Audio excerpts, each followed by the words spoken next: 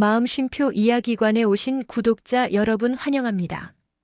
오늘은 아들 기일의 묘지를 찾았는데 어떤 소년이 엄마 나 집에서 쫓겨났어 라는 한마디에 재벌 부부가 무너진 이야기를 들려드릴까 합니다. 아들 기일이 다가오면 숨이 막혀옵니다. 정확히는 숨을 쉬고 있다는 사실조차 잊게 됩니다.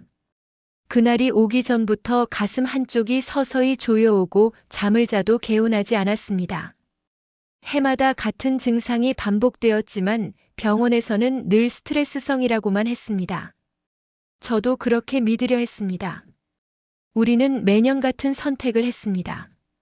사람이 가장 적은 시간, 해가 완전히 뜨기 전 새벽에 묘지를 찾는 것이었습니다. 아들의 기일에 많은 사람이 보는 앞에서 울 자신이 없었기 때문입니다. 회장 부부라는 이름으로 살아왔지만 그날만큼은 그 호칭이 오히려 짐이 되었습니다. 누군가의 시선 하나에도 무너질 것 같았기 때문입니다. 차 안에서는 거의 말을 하지 않았습니다. 남편도 저도 이미 무엇을 말해야 할지 알고 있었고 그 말을 꺼내는 순간 무너질 것이라는 것도 알고 있었습니다. 그래서 늘 그랬듯 라디오도 켜지 않은 채 묘지로 향했습니다. 엔진 소리만이 차 안을 채우고 있었습니다. 묘지에 도착했을 때 공기는 차가웠습니다. 이른 아침의 습기와 흙냄새가 섞여 코끝을 찔렀습니다. 저는 습관처럼 가방에서 꽃을 꺼냈고 남편은 말없이 잡초를 정리했습니다. 우리는 늘 그렇게 각자의 역할을 반복해왔습니다. 아들 묘 앞에 서면 늘 같은 생각이 들었습니다. 이번이 마지막이었으면 좋겠다는 생각이었습니다.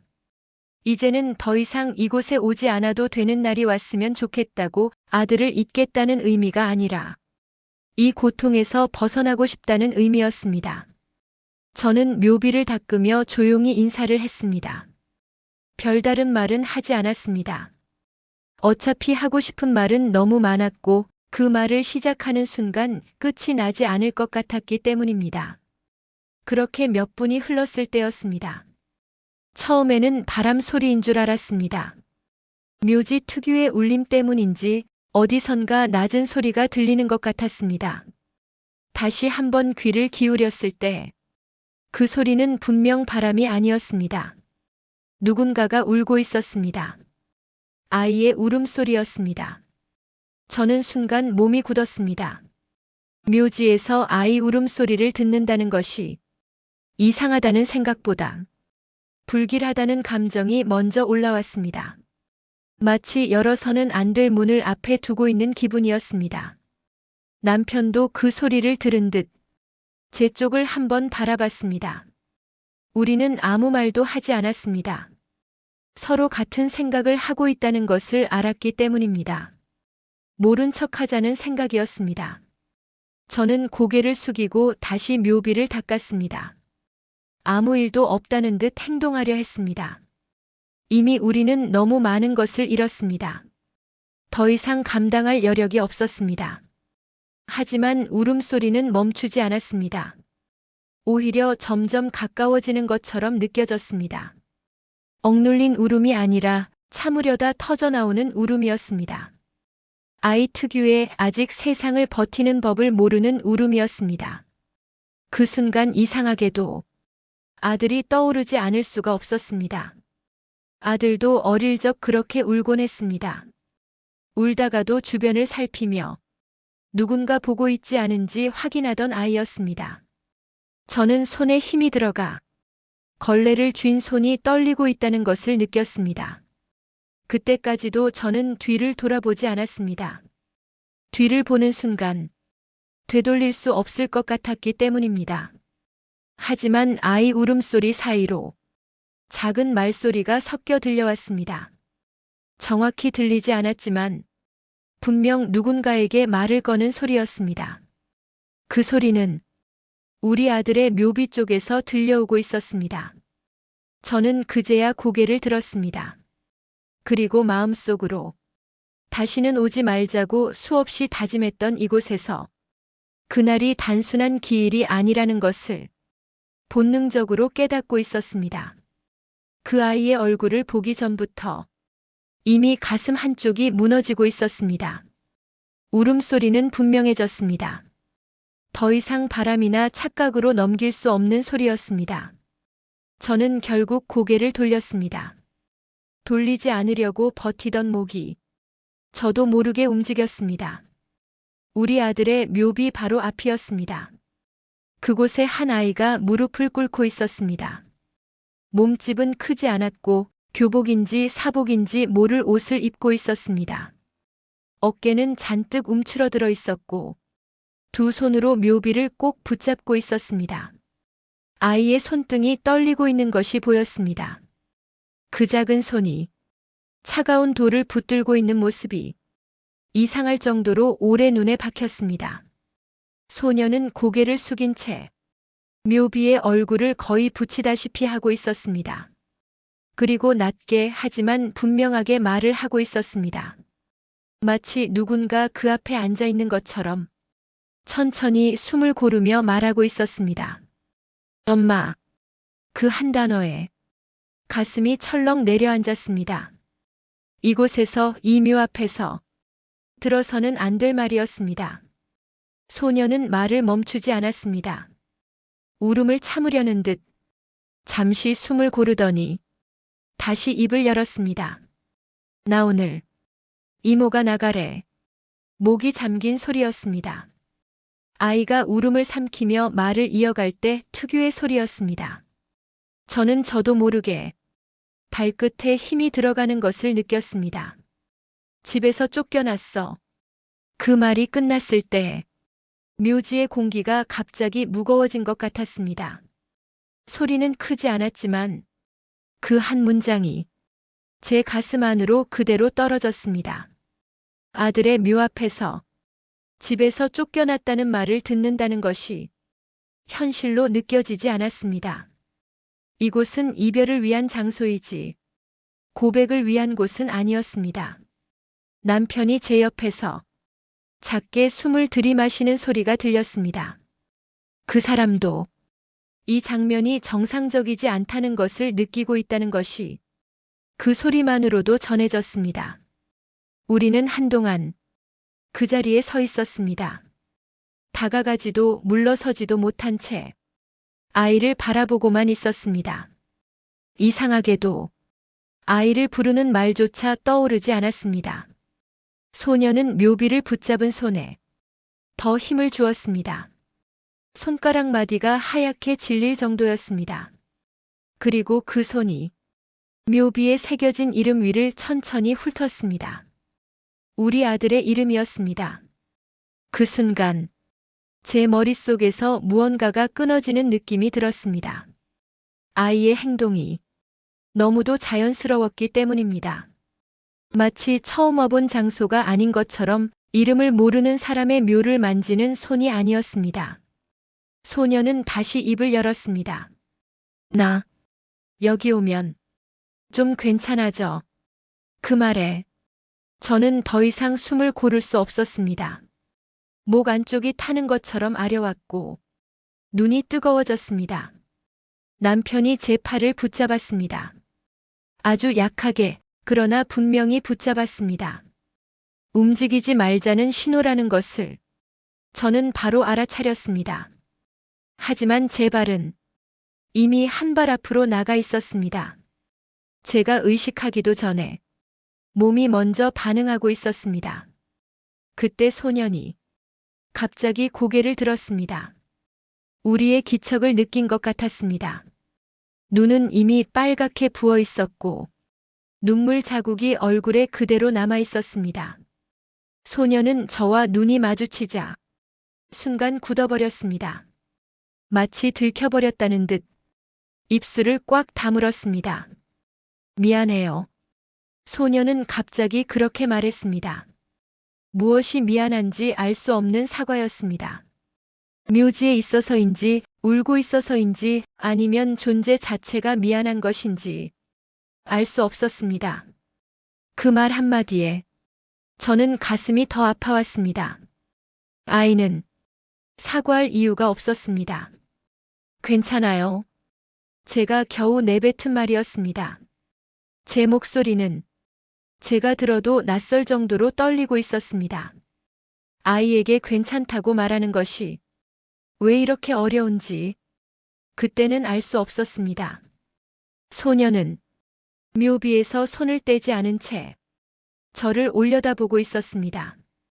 그 눈빛에는 경계와 기대가 이상하게 섞여 있었습니다. 그 순간 저는 확신하고 있었습니다. 이 아이는 그냥 지나칠 수 있는 아이가 아니라는 것을, 그리고 이 만남이 우리가 매년 반복해온 조용한 기일의 끝이라는 것도 이미 알고 있었습니다. 소년과 눈이 마주친 상태로 몇 초가 흘렀습니다. 그 시간은 짧았지만 이상하게도 길게 느껴졌습니다. 아이의 눈에는 아직 눈물이 고여 있었고 울음을 멈춘 지 얼마 되지 않았다는 것이 그대로 보였습니다. 저는 무슨 말을 해야 할지 몰랐습니다. 위로의 말도 질문도 이 상황에서는 어울리지 않는 것처럼 느껴졌습니다. 그래서 아무 말도 하지 않은 채 아이를 바라보고만 있었습니다. 그때 제 시선이 소년의 손으로 내려갔습니다. 아이는 여전히 묘비를 붙잡고 있었는데 한쪽 손에는 무언가를 쥐고 있었습니다. 처음에는 그냥 작은 장난감이나 아이들이 흔히 들고 다니는 물건일 거라고 생각했습니다. 하지만 그 형태가 눈에 걸렸습니다. 손바닥 안에서 반짝이는 금속의 빛, 짧은 체인, 그리고 그 끝에 달린 작은 펜던트. 제 심장이 한 박자 늦게 뛰기 시작했습니다. 저는 그 물건을 알고 있었습니다. 아니, 알고 있는 정도가 아니었습니다. 그 물건은 제가 직접 고른 것이었고, 제가 직접 주문했던 것이었으며, 제가 직접 아들의 목에 걸어주었던 것이었습니다. 목걸이였습니다. 아주 특별한 날에만 선물하려고 몇 달을 고민해 고른 것이었습니다. 기성품이 아니었고 디자인부터 각인까지 전부 제가 결정했습니다. 펜던트 뒷면에는 아들의 이름 첫 글자가 작게 새겨져 있었습니다. 눈에 띄지 않게, 하지만 분명히 존재하는 표시였습니다. 세상에 단 하나뿐이라고 그때의 저는 믿고 있었습니다. 그런데 지금 그 목걸이가 소년의 손에 쥐어져 있었습니다. 저는 숨을 들이마셨다가 그대로 멈춰버렸습니다. 숨을 쉬는 방법을 잠시 잊은 것 같았습니다. 그거, 말이 입 밖으로 나가려다 끝까지 나오지 못했습니다. 제 목소리는 제 안에서만 맴돌았습니다. 남편도 그 목걸이를 본 듯 했습니다. 그 사람의 몸이 아주 미세하게 굳는 것이 느껴졌습니다. 그 역시 우연이라고 넘길 수 없다는 것을 이미 알아차린 표정이었습니다. 소녀는 우리가 그 물건을 보고 있다는 것을 느꼈는지 손을 조금 더 꽉 쥐었습니다. 마치 빼앗길까봐 본능적으로 숨기려는 것처럼 보였습니다. 그거 내 거니? 제가 조심스럽게 물었습니다. 목소리를 최대한 낮추고 아이를 놀라게 하지 않으려 애썼습니다.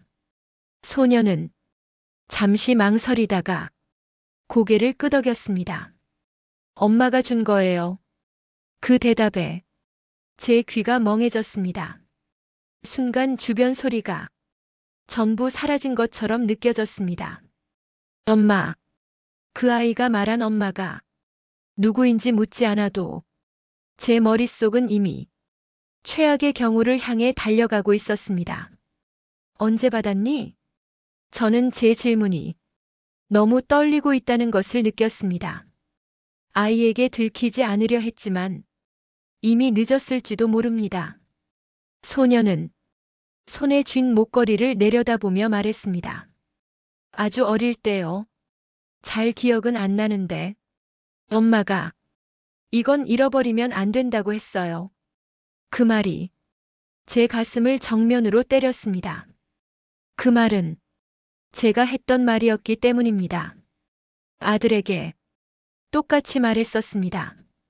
이건 특별한 거니까 절대 잃어버리면 안 된다고, 엄마랑 아들만 아는 약속이라고. 저는 그 자리에 서 있는 것이 버거워졌습니다. 다리가 풀리는 느낌이 들었고, 무언가에 기대지 않으면 주저앉을 것 같았습니다. 남편이 조용히 제 뒤로 한 걸음 다가왔습니다. 아무 말도 하지 않았지만 그 존재만으로도 제가 흔들리고 있다는 것을 알고 있다는 느낌이 들었습니다. 그 목걸이 늘 가지고 있었니? 제가 다시 물었습니다. 이번에는 목소리를 숨길 수 없었습니다. 소녀는 고개를 끄덕이며 말했습니다. 네. 이모가 몇 번 버리라고 했는데 안 버렸어요. 엄마가 여기 가면 괜찮아질 거라고 했거든요. 여기. 소녀는 묘지를 가리키듯 묘비 쪽을 힐끗 바라봤습니다. 그 순간 제 머릿속에서 지금까지 맞지 않던 조각들이 서서히 자리를 잡기 시작했습니다. 왜 이 아이가 이 묘지에 와 있는지, 왜 하필 오늘인지, 왜 우리 아들의 묘 앞인지, 이 모든 것이 단순한 우연이라는 생각은 이미 설 자리를 잃고 있었습니다. 저는 아직 확신할 수는 없었지만 분명히 느끼고 있었습니다. 이 아이는 그날 우연히 만난 낯선 소년이 아니라는 것을, 그리고 이 목걸이가 우리를 이 아이에게서 절대 떼어놓지 않을 것이라는 것도 이미 알고 있었습니다. 목걸이에 대한 이야기가 끝난 뒤 묘지에는 잠시 침묵이 흘렀습니다. 아무도 먼저 말을 꺼내지 않았습니다. 말 한마디가 이 상황을 돌이킬 수 없는 방향으로 끌고 갈 것 같았기 때문입니다. 그러나 더 미룰 수는 없었습니다. 아이를 이대로 둘 수는 없었고, 모른 척 돌아서기에는 이미 너무 많은 것을 보아버렸습니다. 저는 최대한 평정심을 유지하려 애쓰며 소년에게 다시 말을 걸었습니다. 어디서 왔니? 아이는 제 질문을 듣자 잠시 고개를 들었다가 곧바로 다시 숙였습니다. 마치 그 질문 자체가 부담스럽다는 듯한 반응이었습니다. 집이요. 소녀는 그렇게 짧게 대답했습니다. 그리고 덧붙일 말을 고르는 듯 잠시 입을 다물고 있었습니다. 그 집은 누구랑 살았니? 소녀는 한동안 아무 말도 하지 않았습니다. 묘비 앞의 자갈을 발끝으로 건드리며 고개를 숙인 채 서 있었습니다. 그 모습이 어쩐지 익숙해 보였습니다. 아들도 어릴 때 대답하기 싫은 질문을 받으면 늘 저런 식으로 시간을 벌곤 했습니다. 이모랑요. 소년의 대답은 생각보다 담담했습니다. 하지만 그 짧은 단어 안에 많은 것이 눌려있는 느낌이었습니다. 엄마는 오래전에 없어졌어요.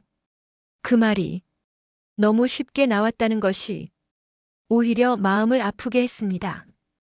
아이에게 엄마가 없다는 사실이 이미 설명이 필요 없는 일이 되어버린 것처럼 느껴졌기 때문입니다. 아빠는요? 제가 조심스럽게 물었습니다. 소녀는 고개를 조금 더 숙인 채 고개를 저었습니다. 몰라요. 이모도 모른다고 했어요. 그 말에 남편이 아주 작게 숨을 내쉬는 소리를 냈습니다. 저 역시 가슴이 답답해졌습니다. 부모 중 한 사람도 아닌 이모의 집에서 아이는 살아왔던 것입니다. 그럼 왜 오늘 나가라고 했을까?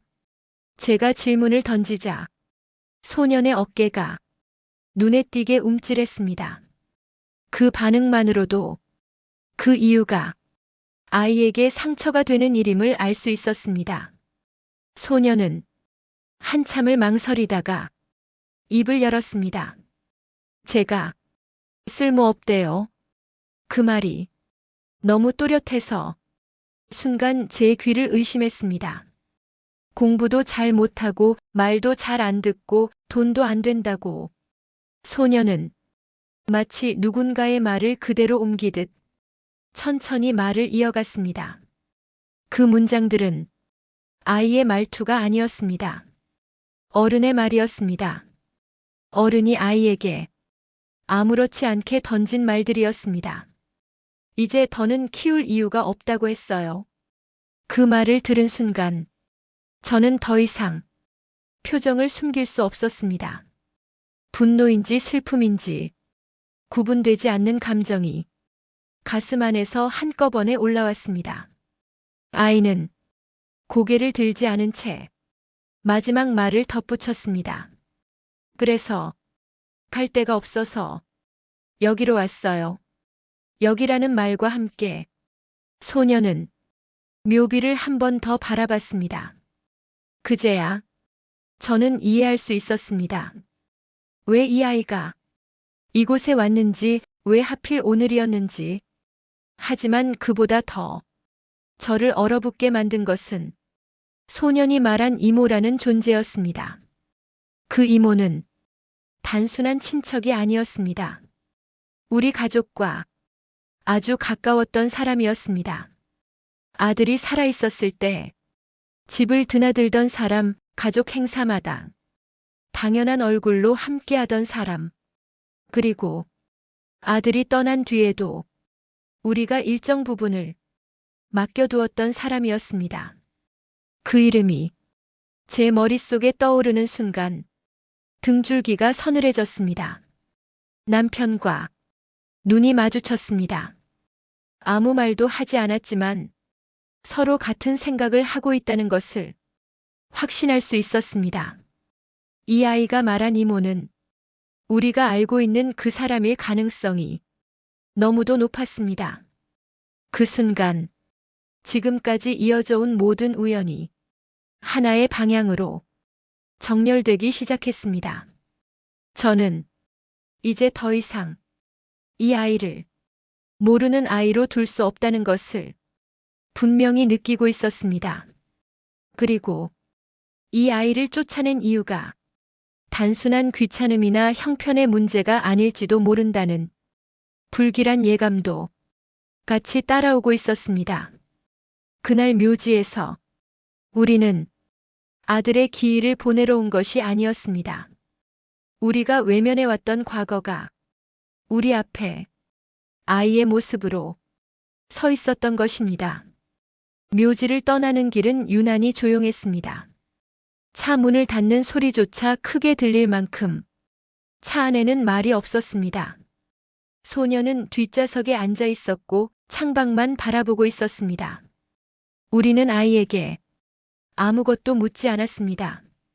라디오도 켜지 않았습니다.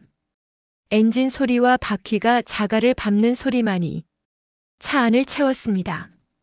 그 침묵 속에서 저는 계속 같은 생각을 반복하고 있었습니다. 우리가 여기까지 오게 만든 건 무엇이었을까? 차가 묘지를 벗어나 도심 쪽으로 들어섰을 때였습니다. 저는 더 이상 그 생각을 혼자 붙잡고 있을 수 없다는 것을 느꼈습니다. 여보, 제가 먼저 입을 열었습니다. 제 목소리는 제가 생각했던 것보다 훨씬 낮고 무거웠습니다. 남편은 운전대를 잡은 채 잠시 아무 말도 하지 않았습니다. 그 침묵은 제 말을 막기 위한 것이 아니라 이미 무슨 이야기가 나올지 알고 있다는 침묵이었습니다. 우리 그때 기억나? 그때라는 말에 남편의 손이 운전대 위에서 아주 미세하게 굳는 것이 보였습니다. 그 반응만으로도 제가 꺼내려는 이야기가 무엇인지 충분히 전달되었을 것입니다. 아들이 살아있었을 때 모든 것이 무너지기 전 아직 우리가 선택할 수 있다고 믿었던 그 시절의 이야기였습니다. 그만하자. 남편이 낮게 말했습니다. 그 말에는 화를 내는 기색도 부정하는 기색도 없었습니다. 그저 더는 꺼내고 싶지 않다는 뜻이었습니다. 하지만 저는 그날만큼은 멈출 수 없었습니다. 아니야. 이제는 해야 해. 저는 뒷좌석에 앉아 있는 소년을 힐끗 바라봤습니다. 아이는 여전히 창밖만 보고 있었습니다. 하지만 우리의 말이 전혀 들리지 않는다고 장담할 수는 없었습니다.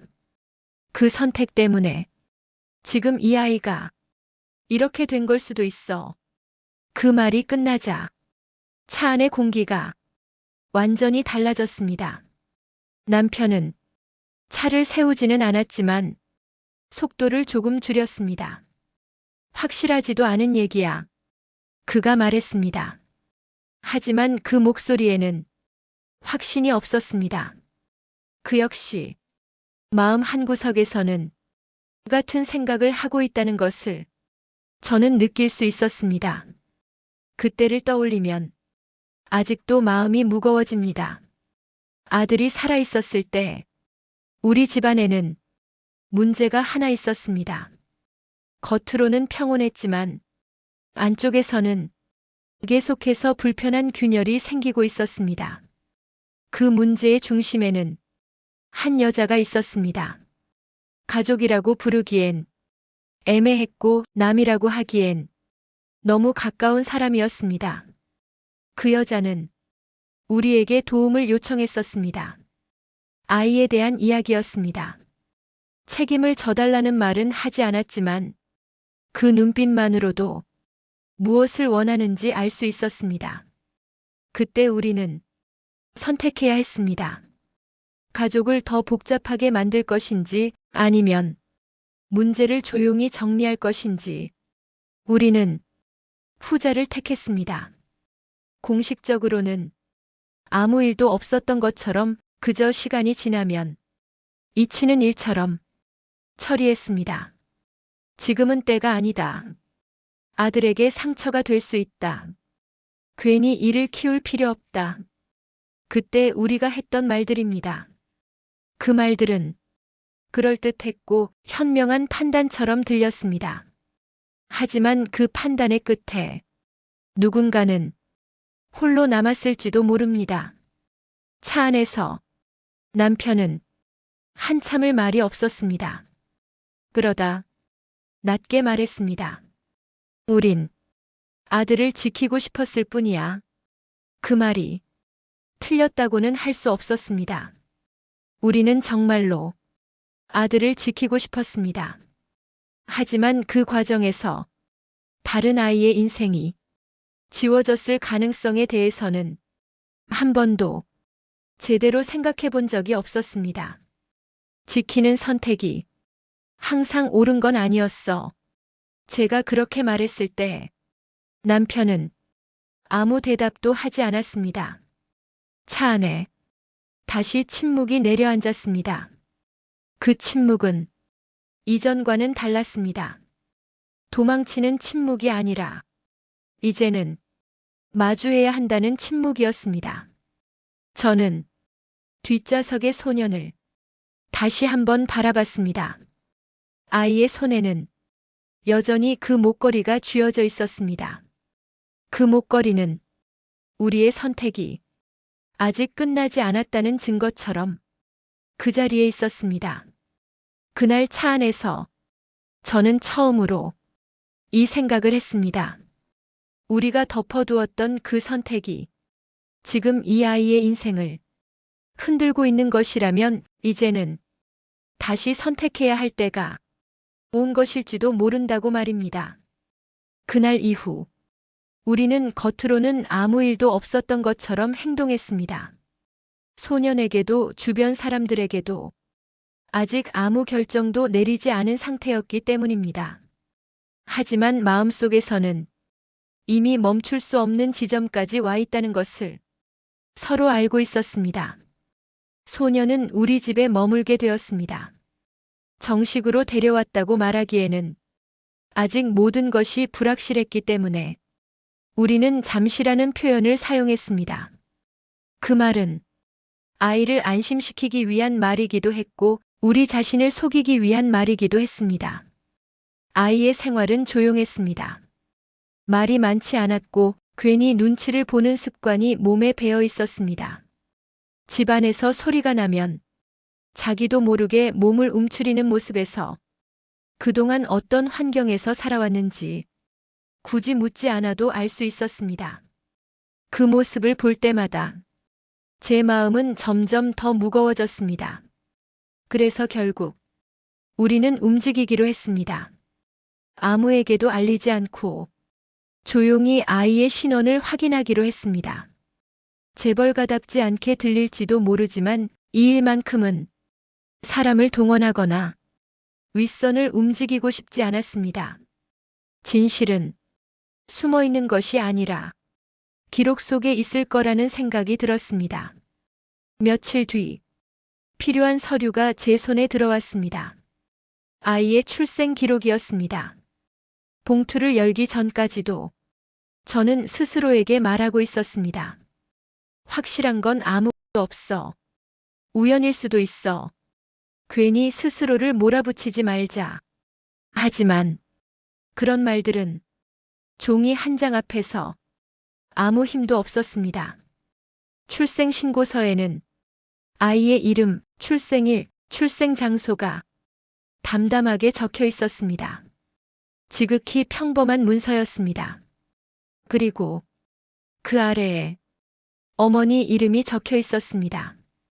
처음에는 그 이름이 눈에 들어오지 않았습니다. 너무 평범한 글자 배열이었기 때문입니다. 하지만 시선을 아래로 내리던 순간 이상한 점이 눈에 걸렸습니다. 어머니 이름 옆에 작은 표시가 있었습니다. 정정 기록이었습니다. 처음 기재된 이름이 줄로 한 번 그어져 있고 그 옆에 다른 이름이 추가로 적혀 있었습니다.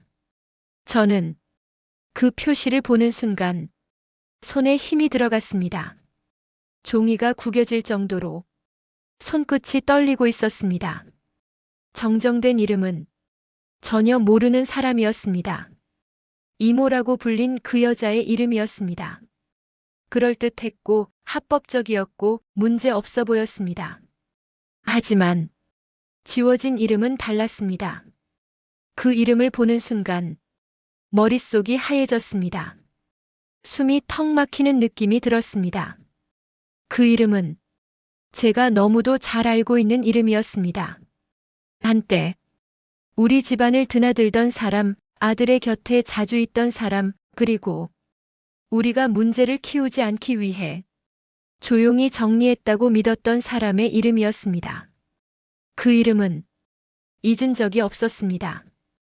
다만 의식적으로 떠올리지 않았을 뿐이었습니다. 저는 서류를 내려다본 채 한동안 움직이지 못했습니다. 시간이 흐르는지도 느끼지 못했습니다. 남편이 제 맞은편에 앉아 있었습니다. 그는 제 얼굴을 보고 뭔가 잘못됐다는 것을 단번에 알아차린 표정이었습니다. 무슨 일이야? 그의 질문에 저는 바로 대답하지 못했습니다. 대신 서류를 천천히 그 사람 쪽으로 밀었습니다. 남편은 서류를 집어들고 어머니 이름이 적힌 부분을 읽었습니다. 그리고 정정 표시 아래에 있는 지워진 이름을 보는 순간 그의 얼굴에서도 색이 사라졌습니다. 그는 아무 말도 하지 않았습니다. 하지만 그 침묵이 모든 것을 말해주고 있었습니다. 이게 그가 말을 꺼내려다 멈췄습니다. 어떤 말도 적절하지 않다는 것을 그 역시 알고 있었을 것입니다. 처음엔 그 이름이었어. 제가 조용히 말했습니다. 제 목소리는 이상하게도 담담했습니다. 이미 마음속에서는 수없이 이 장면을 상상해왔기 때문입니다. 그리고 어느 순간 이모 이름으로 바뀌었어. 그 말이 끝났을 때 방 안에는 숨소리조차 크게 들릴 만큼 정적이 흘렀습니다. 그 순간 모든 퍼즐이 맞춰졌습니다. 소년이 왜 그 목걸이를 가지고 있었는지, 왜 묘지에 와 있었는지, 왜 이모라는 사람이 갑자기 아이를 내쫓았는지, 그리고 우리가 그때 외면했던 선택이 결국 어떤 결과를 낳았는지도 분명해졌습니다. 저는 그제야 깨달았습니다. 이제는 더 이상 모른 척할 수 없다는 것을, 이 이름을 본 이상 우리는 이 아이의 인생에서 빠져나갈 수 없다는 것을. 그 순간 제 안에서 아주 조용하지만 분명한 목소리가 들렸습니다. 이건 우연이 아니다. 그리고 동시에 또 하나의 사실도 또렷해졌습니다. 우리가 피하려 했던 진실은 결국 아이의 이름 하나로 우리 앞에 다시 서 있었다는 것을 말입니다. 이모를 찾아간 날은 하늘이 유난히 낮게 내려앉아 있던 오후였습니다. 비가 올 듯 말 듯 공기는 눅눅했고 제 마음도 그와 다르지 않았습니다. 우리는 말없이 이모의 집 앞에 섰습니다. 한때는 명절마다 모여 웃고 떠들던 집이었지만 그날의 문은 마치 오래전부터 우리를 거부해 온 것처럼 차갑게 닫혀 있었습니다. 초인종을 누르자 안에서 발소리가 들렸습니다. 잠시 머뭇거리던 소리, 그리고 문이 열렸습니다. 이모는 우리를 보자마자 굳어버렸습니다. 얼굴에서 피가 빠져나간 것처럼 순식간에 창백해졌습니다. 왜 여기까지 왔어? 그 한마디에 이미 모든 것이 설명되고 있었습니다. 우리는 아무 말도 하지 않은 채 신발을 벗고 안으로 들어갔습니다. 거실은 정리되어 있었지만 어딘가 불안정해 보였습니다. 의자는 제자리에 있었고 액자도 반듯했지만 공기만은 어수선했습니다. 저는 앉자마자 말했습니다. 아이를 왜 쫓아냈어요? 돌려 말하지 않았습니다. 이미 돌아갈 길은 없다고 느꼈기 때문입니다. 이모는 고개를 숙인 채 손을 떨었습니다. 한동안 아무 말도 하지 못했습니다. 돈 때문이었죠? 제가 그렇게 말하자 이모는 고개를 세차게 저었습니다. 아니야. 그런 거 아니야. 그녀의 눈가에 눈물이 고이기 시작했습니다. 그리고 결국 참지 못한 듯 울음을 터뜨렸습니다. 나도 알고 싶지 않았어. 이렇게까지 될 줄은. 그 말에 제 심장이 천천히 조여왔습니다. 우리는 서로를 바라보며 같은 생각을 하고 있다는 걸 느꼈습니다. 말해요. 제가 낮게 말했습니다. 이제는 말해야 해요. 이모는 손으로 얼굴을 가린 채 한참을 울었습니다. 울음은 점점 거칠어졌고 숨을 제대로 쉬지 못할 정도가 되었습니다. 그리고 마침내 입을 열었습니다. 그 아이는 내가 낳은 아이가 아니야. 이미 알고 있던 사실이었지만 그녀의 입에서 직접 나오자 가슴이 또 한 번 내려앉았습니다. 그럼 누구 아이예요? 이모는 한참을 망설이다가 거의 속삭이듯 말했습니다. 죽은 언니 아이야. 순간 시간이 멈춘 것 같았습니다. 언니라니. 제 입에서 나온 목소리는 제가 들어도 낯설 정도로 떨리고 있었습니다. 이모의 언니. 그 말은 우리에게 너무도 익숙한 존재를 떠올리게 했습니다. 설마 남편이 말을 잇지 못했습니다. 이모는 고개를 끄덕였습니다. 그래. 내가 생각하는 그 사람 맞아. 그 언니는 우리 가족과 가장 깊이 얽혀있던 사람이었습니다. 한때는 우리 집을 제 집처럼 드나들었고 아들의 대학 입학식에도 함께 웃던 사람이었습니다.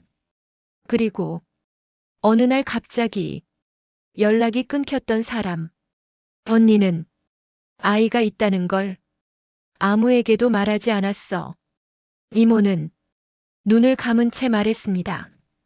나한테도 출산 직전에야 말했어. 그녀의 말에 육부에서 보았던 출생 기록이 머릿속에서 선명하게 겹쳐졌습니다.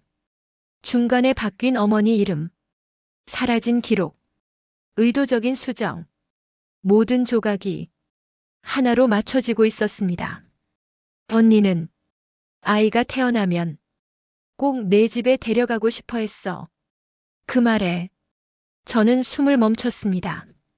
하지만 그때 이미 내 아들이 아팠잖아.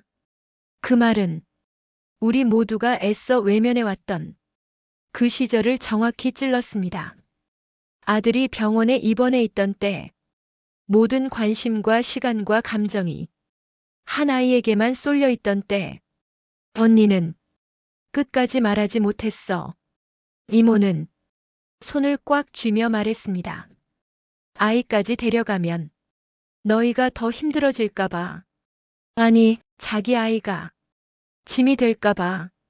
그 말에 제 눈앞이 흐려졌습니다. 그래서 언니가 죽고 나서 내가 아이를 맡았어. 이모는 고개를 들었습니다. 처음엔 정말 잘 키우려고 했어. 언니 대신이라도. 그녀의 눈에는 후회와 두려움이 뒤섞여 있었습니다.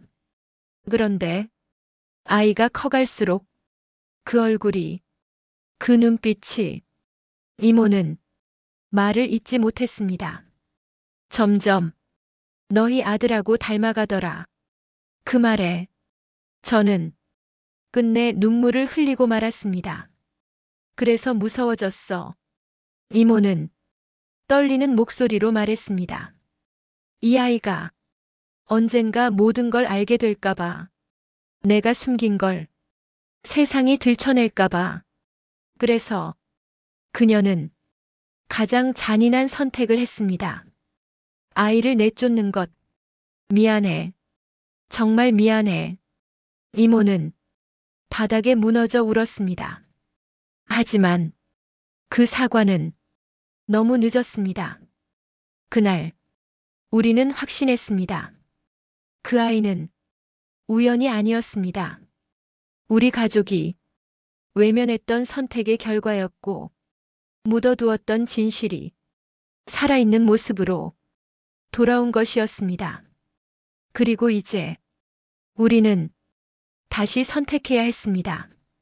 이번에는 눈을 돌리지 않고 도망치지 않는 선택을. 이모의 집을 나섰을 때 해는 이미 기울어 있었습니다. 노을은 붉었지만 아무것도 따뜻하지 않았습니다. 차 안은 숨막히도록 조용했습니다. 라디오도 켜지 않았고 누구도 말을 꺼내지 않았습니다. 하지만 침묵 속에서는 이미 수없이 많은 말들이 오가고 있었습니다. 사실 우리는 전혀 몰랐던 것이 아니었습니다. 아니, 정확히 말하면 모르고 싶지 않았던 것이었습니다. 아들이 병원에 입원해 있던 시절 그 언니가 유난히 자주 우리 집에 왔던 것을 저는 기억하고 있었습니다. 괜히 제 눈치를 보며 부엌에서 오래 서 있던 모습, 아들의 방문 앞에서 한참을 서성이다 돌아서던 뒷모습.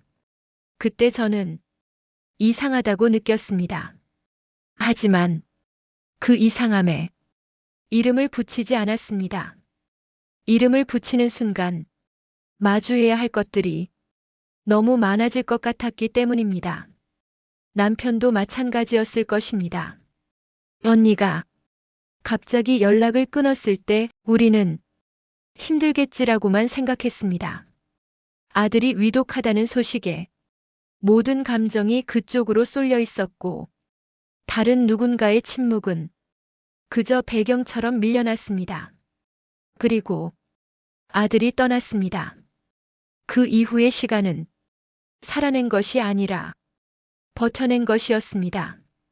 장례를 치르고 집으로 돌아온 날 저는 아들의 옷이 걸린 옷장을 열 수 없었습니다. 그 앞에 서면 숨이 막혔고 무릎이 풀렸습니다. 남편은 아들의 사진을 모두 뒤집어 놓았습니다. 지금은 볼 수가 없어. 그 말에 저는 고개를 끄덕였습니다. 그 시절에 우리는 살아있는 누군가보다 잃은 사람에게 매달려 있었습니다. 그래서 다른 아이의 존재를 느끼고도 고개를 돌렸습니다. 어느 날 이모가 말한 적이 있었습니다. 요즘 애 하나 키우는 게 생각보다 쉽지 않다. 그 말이 그저 투정처럼 들렸습니다. 또 어느 날은 언니가 살아있었다면 이 아이를 이렇게 키우진 않았을 텐데 라고 말했습니다. 그때 저는 왜 이 아이라는 표현을 쓰는지 묻지 않았습니다. 묻는 순간 그 아이가 우리 집과 이어질 수도 있다는 걸 본능적으로 느꼈기 때문입니다. 우리는 의심을 확신으로 만들지 않기 위해 일부러 무뎌졌습니다. 그렇게 하루하루를 흘려보냈습니다. 그러다 어느 날 이모에게서 연락이 왔습니다. 애가 말을 잘 안 들어. 요즘 좀 사춘기 같아. 그 말들 속에 도움의 신호가 섞여 있었을지도 모릅니다. 하지만 저는 그때도 아무것도 하지 않았습니다. 그 아이를 들여다보는 순간 아들을 떠나보낸 슬픔에서 벗어나야 할 것 같았고 그럴 자신이 없었습니다. 그래서 우리는 슬픔을 방패로 삼았습니다. 우리는 이미 아이를 잃은 사람이다. 그 말로 모든 책임에서 한 발짝 물러섰습니다. 하지만 그 방패 뒤에서 또 다른 아이는 조용히 밀려나고 있었습니다. 그리고 결국 그 아이는 묘지로 흘러들어왔습니다. 우리 아들의 이름이 새겨진 차가운 돌 앞에서 무릎을 꿇고 울고 있었습니다. 그 장면이 머릿속에서 지워지지 않았습니다. 집에 돌아와서도 저는 계속 그 아이의 목소리를 들었습니다. 엄마, 나 집에서 쫓겨났어. 그 말은 아이의 말이 아니었습니다. 우리에게 던지는 질문이었습니다. 왜 우리는 그 아이를 보지 않았는지, 왜 알고도 모른 척 했는지, 왜 그 아이가 도움이 아닌 부담이 될까봐 눈을 돌렸는지 저는 밤새 잠을 이루지 못했습니다. 아들의 사진 앞에 앉아 처음으로 다른 이름을 떠올렸습니다. 그 아이의 이름. 아직 제대로 불러본 적 없는 이름. 그 이름을 입안에서 굴리다 눈물이 쏟아졌습니다. 미안해. 그 말은 아들에게 하는 말이었는지 그 아이에게 하는 말이었는지 알 수 없었습니다. 아마 둘 다였을 것입니다. 아침이 되었을 때 저는 알았습니다. 이제 더는 외면할 수 없다는 것을. 우리가 외면했던 이유는 몰라서가 아니라 견딜 자신이 없어서였다는 것을. 하지만 견디지 않으면 또 다른 아이가 어둠 속에 남게 된다는 것도 이제는 알았습니다. 그 아이가 묘지에서 울게 만든 선택이 바로 우리의 침묵이었다는 사실 앞에서 저는 스스로를 쉽게 용서할 수 없었습니다. 그래서 이번만큼은 도망치지 않기로 했습니다. 아들을 잃은 부모로서가 아니라 어른으로서 해야 할 선택을 이제는 해야 한다고 마음속으로 조용히 다짐했습니다. 그리고 그 다짐은 곧 현실이 되어 우리를 다음 단계로 밀어넣게 될 것이었습니다. 소년을 다시 묘지로 데려가겠다고 말했을 때 남편은 잠시 아무 말도 하지 않았습니다. 반대하지도 바로 동의하지도 않았습니다. 그저 창밖만 바라보고 있었습니다. 그 침묵 속에는 망설임보다 두려움이 더 많아 보였습니다. 아들의 묘 앞에 다시 선다는 것은 우리에게 늘 각오가 필요한 일이었습니다. 거기에 다른 아이를 데려간다는 것은 그 각오 위에 또 다른 책임을 얻는 일이었습니다. 하지만 그날 밤 우리는 결국 같은 결론에 도달했습니다. 피하지 말자고, 도망치지 말자고. 소녀는 우리가 묘지에 가자고 했을 때 의외로 고개를 끄덕였습니다. 마치 이미 알고 있었다는 듯이 말입니다. 차에 오르기 전 그 아이는 잠시 멈춰 서서 뒤를 돌아봤습니다. 여기 다시 와도 돼요? 그 말에 제 가슴이 철렁 내려앉았습니다.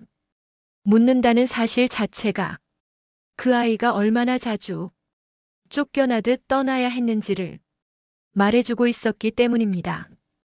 그럼 저는 최대한 담담하게 말했습니다. 괜찮아. 묘지로 가는 길은 이상할 정도로 조용했습니다. 소녀는 창밖을 보며 아무 말도 하지 않았습니다. 하지만 그 얼굴에는 처음 만났을 때의 두려움은 없었습니다.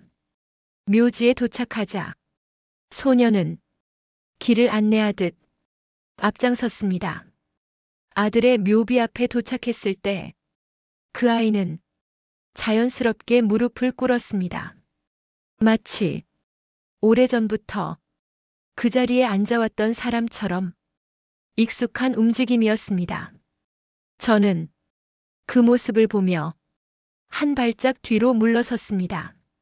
그 자리는 이제 우리만의 공간이 아니라는 것을 본능적으로 느꼈기 때문입니다.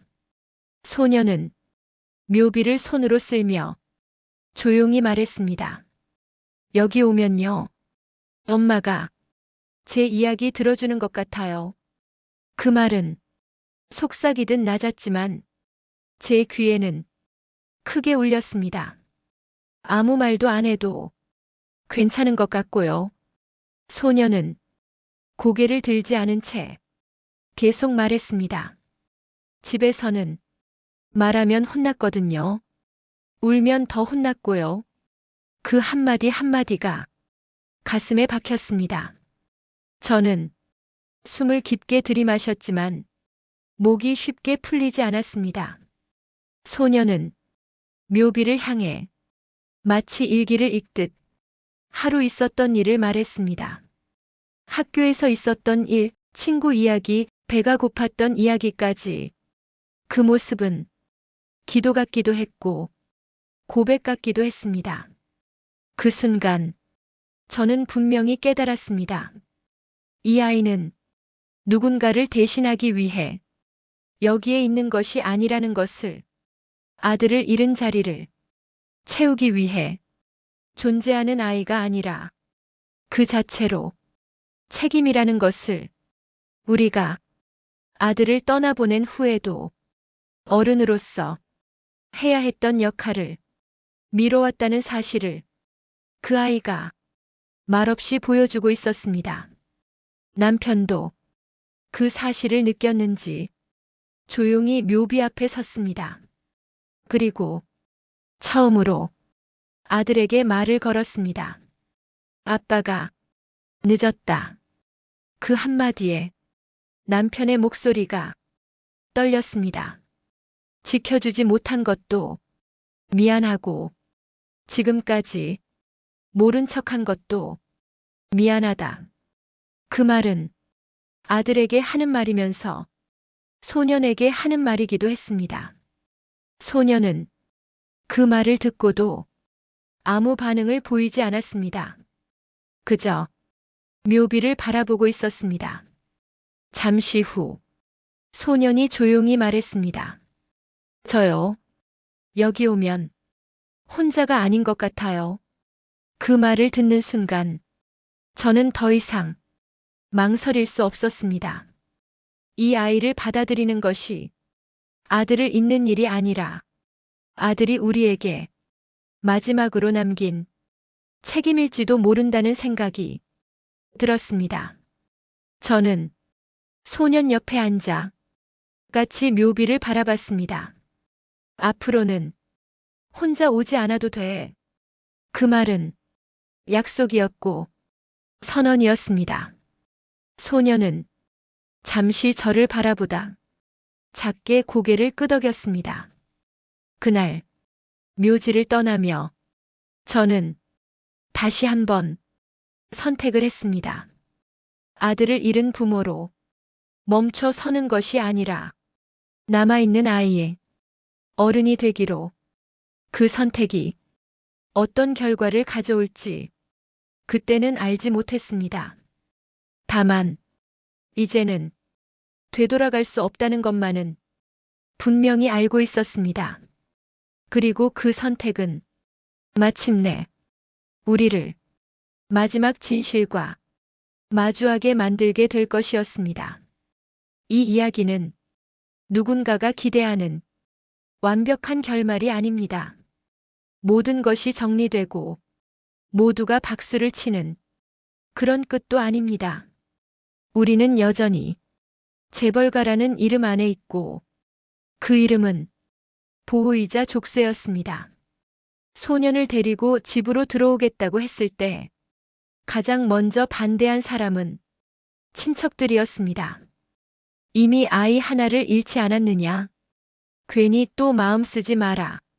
피 섞이지 않은 아이 때문에 집안이 시끄러워질 수 있다. 그 말들은 논리적이었고 차분했고 어른들의 언어였습니다. 하지만 그 안에는 단 하나의 질문도 없었습니다. 그 아이가 어떻게 살아왔는지에 대해서는 아무도 묻지 않았습니다. 세상의 시선도 우호적이지만은 않았습니다. 어디서 데려온 아이냐는 질문, 왜 지금이냐는 의심, 아들을 대신하려는 것 아니냐는 조심스러운 추측들. 그 말들을 들을 때마다 저는 스스로에게 같은 질문을 던졌습니다. 나는 다시 부모가 될 수 있을까? 아들을 잃은 사람으로서 또 다른 아이를 제대로 품을 수 있을까? 소년은 우리 집에 들어온 첫날 아무것도 묻지 않았습니다.